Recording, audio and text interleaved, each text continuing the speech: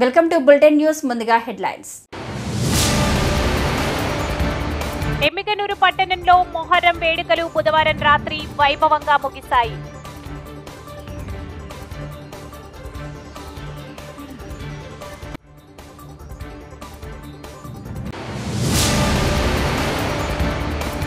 CM Revanth Reddy చిత్రపటానికి పాలాభిషేకం చేసిన చిన్న కొడగల్ society PACS chairman Nagireddy.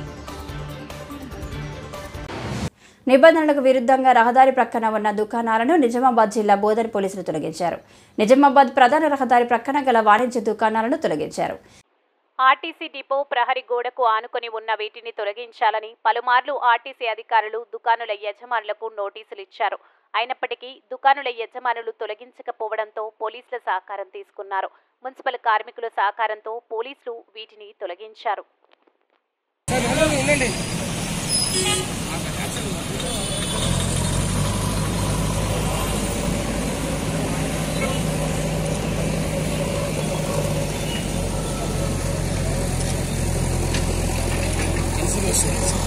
Sir అక్కడ జేసీ వస్తుంది జేసీ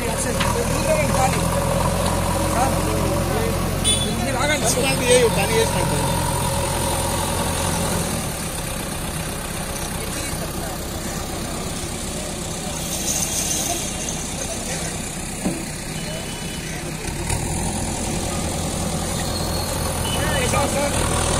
ఎమ్మిగనూరు పట్టణంలో మొహర్రం వేడుకలు బుధవారం రాత్రి వైభవంగా ముగిశాయి. పట్టణంలోని ముగితిపేట గంగన్న మసీద్ ఇతర వీధుల్లోని పీర్ల చావిడిలోని పీర్లను తీసుకుని ఊరేగింపుగా ఏటికి శ్రీనివాస్ టాకీస్ వీధిగా తరలించారు. పీర్ల పండుగ వచ్చిందంటే 10 రోజుల పాటు హిందూ ముస్లిం తేడా లేకుండా కలిసిమెలిసి సాంప్రదాయంగా వస్తున్న మొహర్రం పండుగ వేడుకలను భక్తి శ్రద్ధలతో మొక్కు నిర్వహించుకున్నారు. 10వ రోజు పీరీలను ఆయా గ్రామాల్లో డప్పు చప్పుళ్ల మధ్య ఊరేగించి సాయంత్రం చెరువుల వద్దకు బావుల వద్దకు తీసుకెళ్లి శాంతింపజేశారు. బుధవారం రాత్రితో మొహర్రం వేడుకలు ముగిశాయి.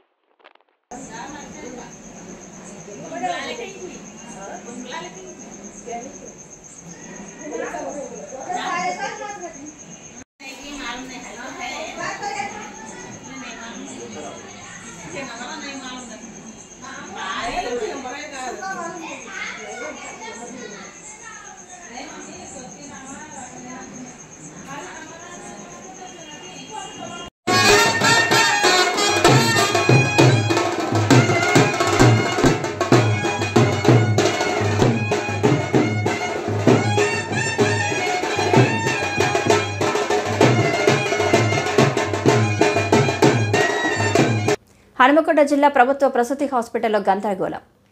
తనకు కొడుకు పుడితే చనిపోయిన ఆడశిశువును ఇచ్చారని ఆరోపణ. తమకు న్యాయం చేయాలని బాధిత కుటుంబ సభ్యుల ఆందోళన. పెళ్లి అయిన 7 ఏళ్ల తర్వాత కాన్పు అయ్యింది అని ప్రభుత్వ హాస్పిటల్కు వస్తే ఇలా మోసం చేశారని ఆరోపణ. కుటుంబ సభ్యులకు ముందుగానే సమాచారం ఇచ్చామని, బాధితులకు అనుమానం ఉంటే DNA టెస్టుకైనా సిద్ధమని సూపరింటెండెంట్ విజయలక్ష్మి.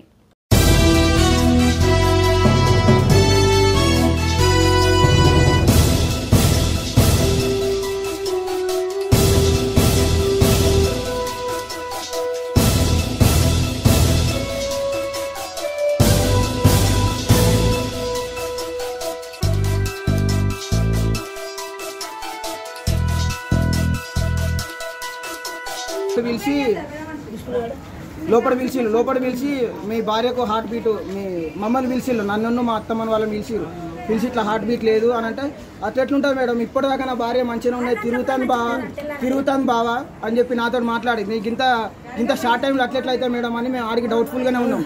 డౌట్ఫుల్ ఉన్న తర్వాత కొద్దిసేపు మాట్లాడాలి సార్, లేదు ఇట్లా అవుతుంది మనం ఊహిస్తామా అది అని చెప్పని అన్నారు. అప్పటికి మీ మీద డౌటే ఉన్నది మేడం, మేము గరీబ్ వాళ్ళం, నాకు 7 సంవత్సరాలకు నాకు భార్యకి ఇట్లా అయింది, జర దండం పెడతాం మమ్మల్ని పుట్టగొట్టకని నేను డాక్టర్ని రిక్వెస్ట్ చేసిన తర్వాత సరే అని చెప్పి ఆపరేషన్ థియేటర్ దగ్గర తీసుకుపోయారు. ఆపరేషన్ థియేటర్ దగ్గర తీసుకుపోయిన తర్వాత నా భార్య 15 నిమిషాలు లోపలికి పోయింది. 10 నిమిషాలలోనే ఒక బాబు, ఫ్రెష్ బాబు, అప్పుడే పుట్టిండు, నా కొడుకు నాకే పుట్టిండు.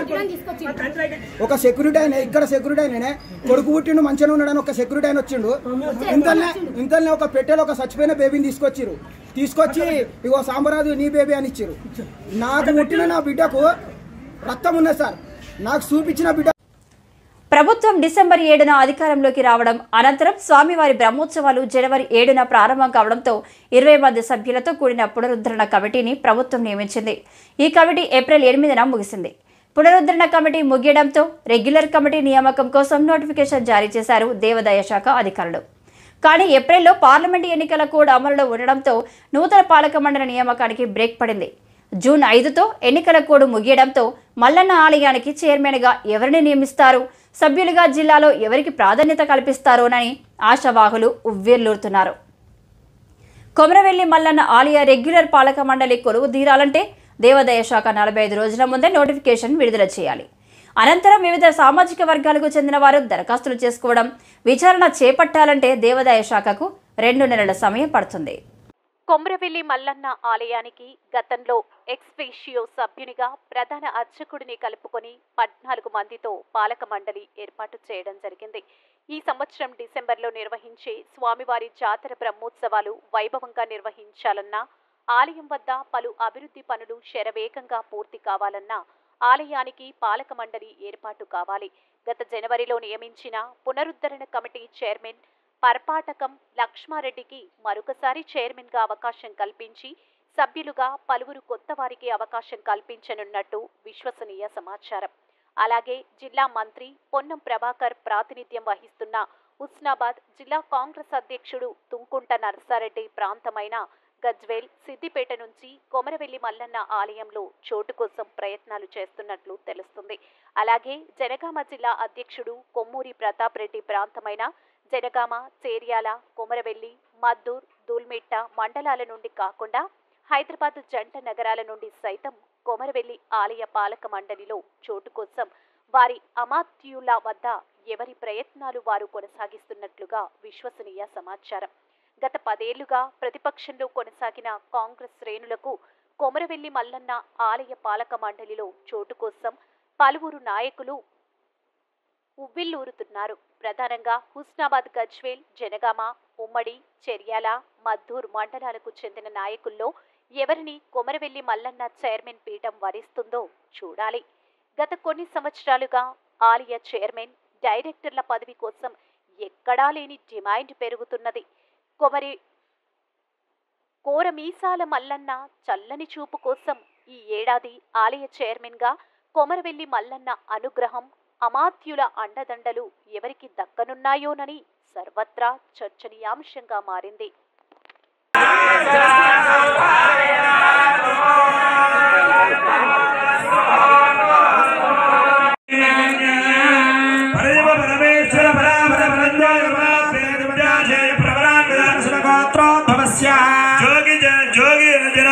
కేసీఆర్ ప్రభుత్వం పేదల నడ్డి విరిచిందని బోధన్ ఎమ్మెల్యే సుదర్శన్ రెడ్డి పేర్కొన్నారు.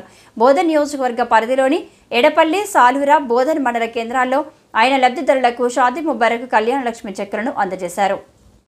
ఈ సందర్భంగా ఎమ్మెల్యే మాట్లాడుతూ వేల కోట్ల అప్పును గత బీఆర్ఎస్ ప్రభుత్వం చేసి పేదలపై మోయలేని భారాన్ని పెట్టిందన్నారు. ప్రస్తుత ముఖ్యమంత్రి రేవంత్ రెడ్డి పేదల పక్షాన ఉన్నారని, వారి శ్రేయస్సు కోసం పాటుపడుతున్నారని వెల్లడించారు. ఇచ్చిన మాటను నిలబెట్టుకున్న, ఎన్నికల సమయంలో ఇచ్చిన హామీలను ముఖ్యమంత్రి రేవంత్ రెడ్డి నెరవేర్చుతున్నారని అన్నారు.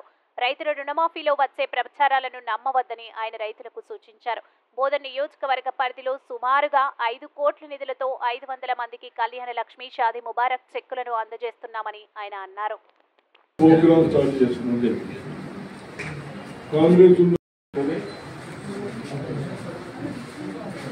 మన ప్రభుత్వాలు చిన్న వాళ్ళకు, బీద వాళ్ళకు పెళ్లి చేసుకుంటే ఇబ్బంది కాదన్న ఉద్దేశంతో ఈ ప్రోగ్రాం స్టార్ట్ చేస్తున్నాం. కాంగ్రెస్ ఉన్నప్పుడు కూడా 20 ఏళ్ళ కింద కూడా 25,000 ఇచ్చేవాళ్ళం మనం. షాదీ ముబారక్ కానీ, కళ్యాణ లక్ష్మి కానీ అది రాజు 1,00,000 వచ్చేది. పోయిన ముఖ్యమంత్రి కేసీఆర్ గారు కానీ మన పిల్లలపై ఇంత బాధ్యతలు తెచ్చి లక్షల